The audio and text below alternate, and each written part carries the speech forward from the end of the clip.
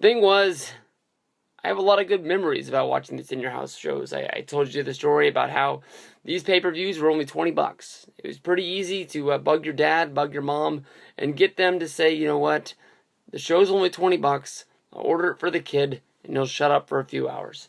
And that's why I remember watching a lot of these. You know, I didn't get to get WrestleMania or SummerSlam all the time, but the In Your Houses were pretty easy. They were a cheap price. And from going back and watching these shows, they were cheap for a reason. Once again, 6 matches, just under 2 hours. This was like, it would have been a really great Raw for the time. But for a pay-per-view, going back and watching something from 1995, this wasn't the best wrestling to watch. It's built around, Diesel being the champion. Of course, everybody knows that Kevin Nash, Diesel, during his run as WWE champion, WWF champion, was one of the lowest, ticket numbers of all time for the WWF as a whole. They were coming off of, the Hulk Hogan era ending and trying to rebuild and find an image. By this time, Bret Hart had been champion. And now they were giving Diesel a chance. I think it would be another year before, Shawn Michaels would become champion, and they would really get the ball running again. There was a good couple of years when it was pretty bad, for the WWF. As a kid, you sort of noticed, but at the same time, you didn't at the same time. And then the main event. This pay-per-view is called the Lumberjacks. It's all basically built up around Diesel and Sycho Sid. Diesel and Sycho Sid had matches. At the first one, Tatanka jumped in the match and basically just made it where it was a DQ where Diesel got the win, but he wasn't able to get a clean win over Sycho Sid.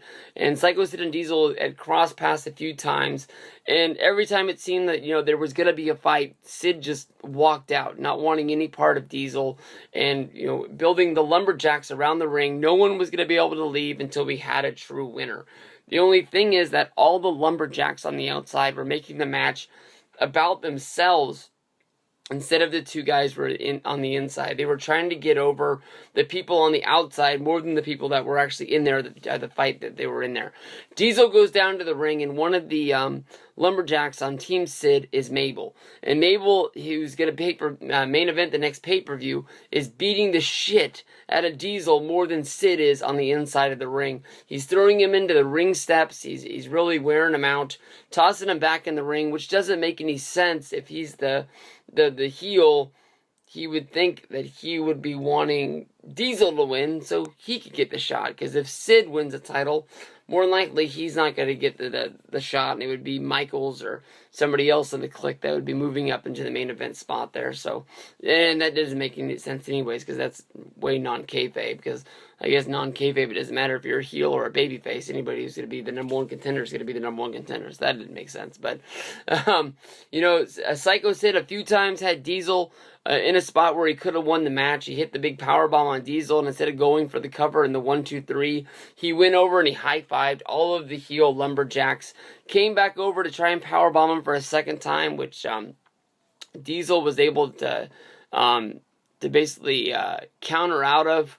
And it was a big squab between everybody that was outside of the ring, which ended basically with Shawn Michaels climbing up on the top of the ring, on the top rope of the ring, hitting a big thing, a big elbow down on everybody, which ended up being the lucky blow, which set up Diesel getting the 1-2-3 pin, and basically being the end of In Your House 2, the Lumberjacks. It really wasn't that good of a show. I apologize for wasting 12 minutes of your time if you watched this whole review. Let me just check it out since I'm here. In Your House 3, I don't know, with 1 and 2 being so bad, I don't know if it's going to be something that I go to. It has the 3 belts in one match that I was talking about, with Diesel and Shawn going up against Yoko and Owen. Vega versus Waylon Mercy. Sycho Sid against Henry Godwin. Bulldog against Bigelow. Douglas against Ramon. That's a match that's on the greatest hits.